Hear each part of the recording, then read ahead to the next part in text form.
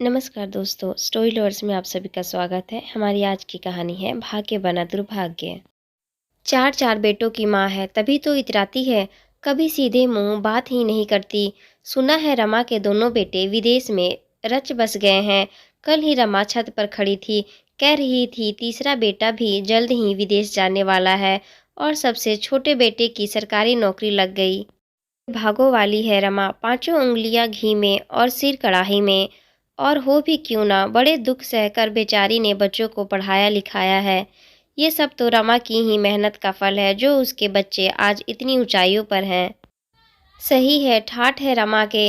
शायद ही मोहल्ले का कोई व्यक्ति हो जो रमा की प्रशंसा ना करता हो। पति के चल बसने के बाद रमा पर तो जैसे दुख का पहाड़ ही टूट पड़ा था। अभी उम्र ही क्या थी रमा की, ऊपर से चार छोटे बच्चों का साथ। ईश्वर की कृपा इतनी रही कि पति शासकीय कर्मचारी थे। बड़ी मशक्कत के बाद रमा को अनुकंपा से नौकरी मिल सकी। अकेले चार बच्चों को संभालना और नौकरी करना, ऊपर से परिवार वालों का कोई साथ नहीं। इस सब के बाद भी रमा ने हिम्मत नहीं हारी और अंततः रमा की मेहनत रंग लाई। एक औरत होकर इतना साहस। एक समय ऐसा भी था जब यही मोहल्ले वाले रमा के बारे में तरह तरह की बातें कहते नहीं थकते थे। सुरेश को गुजरे 10 दिन भी नहीं हुए थे। अरे अभी उम्र ही क्या थी बेचारी की, देखना दूसरी शादी करेगी। हाँ सही है, चार बच्चों को अकेले पालना भी तो कितना कठिन है। कौन ब्याहेगा चार बच्चों की माँ को, जितने मुंह उतनी बातें। रमा के हृदय की वेदना तो वही समझ सकता था जिसने यह पीड़ा सही हो। पति से ही सारे रिश्ते होते हैं, पति नहीं तो कौन पूछता है। इस एहसास की कसर भी रमा की देवरानी कामनी ने पूरी कर दी। एक दिन वह भी रमा से बोल पड़ी, दीदी हमारे साथ भी दो बच्चे हैं।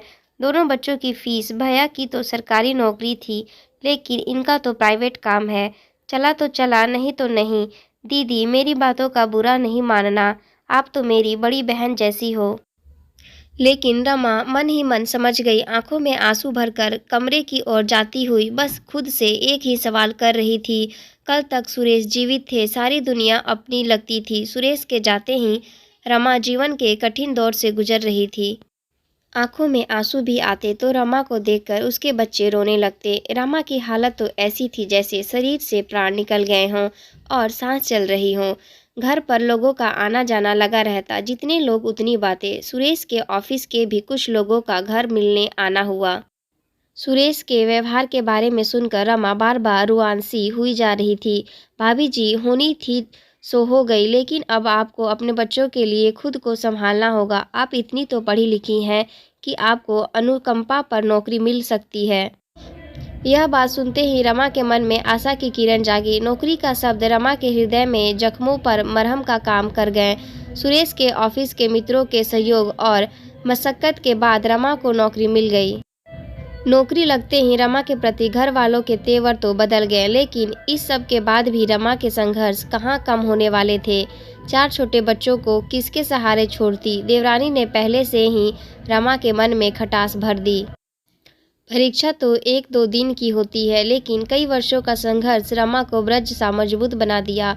अपने काम से काम रखना, ना ज्यादा बोलना ना बातचीत। 35 साल की रमा आज 60 वर्ष की हो चुकी थी।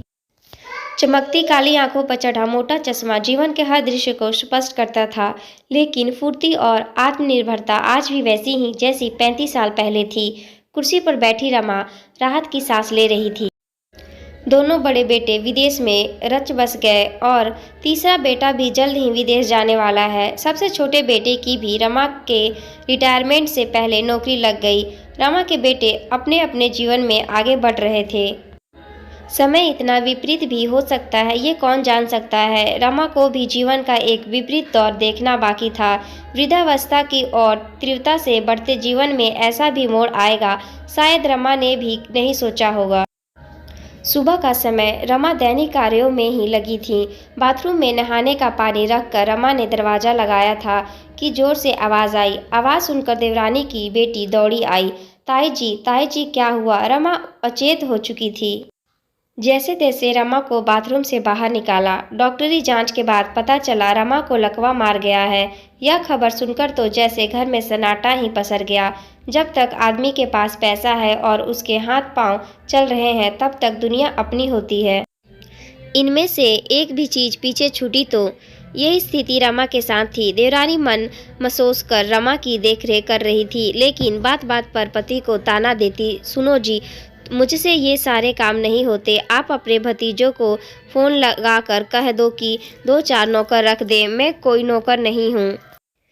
बिस्तर पर पड़ी रमा कुछ बोल तो नहीं सकती थी। आंसू भरी माँ की नजरें अपने बेटे को देखने के लिए तरस रही थी। रमा ने इशारे में अपनी देवरानी कामनी से पूछा, बच्चे कब आ रहे हैं? कामनी तो मानो रमा के यही प्रश्न की प्रतीक्षा कर रही थी कि कब उसे एक दो बातें सुनाने का मौका मिले। और पढ़ाओ बच्चों को, विदेश भेज दो। अब यहाँ हम घर के काम करें या आपको देखें? पैसा भेज दिया बस, काम कौन करेगा सारा? हमारा तो 2 वक्त का आराम भी बेकार हो गया। रमा की देखभाल के लिए बेटों ने नौकर चाकर, डॉक्टर की व्यवस्था तो करा दी थी, लेकिन माँ अपने बच्चों का प्यार भी चाहती है। बेटा पास बैठे, बुढ़ापे में माँ के दुख सुख को जाने। फिजियोथेरेपिस्ट की सहायता से रमा चेयर पर बैठी थोड़ा बहुत हाथ पैर तो हिला लेती, लेकिन मन ही मन अपनी फूटी किस्मत पर आंसू बहा रही थी। जिसे सभी भागों वाली कहते नहीं थकते थे, वही भागों वाली व्हीलचेयर पर बैठी बैठी अपने ही भाग को कोस रही थी। चैनल को सब्सक्राइब करना ना भूले। आप सभी का धन्यवाद।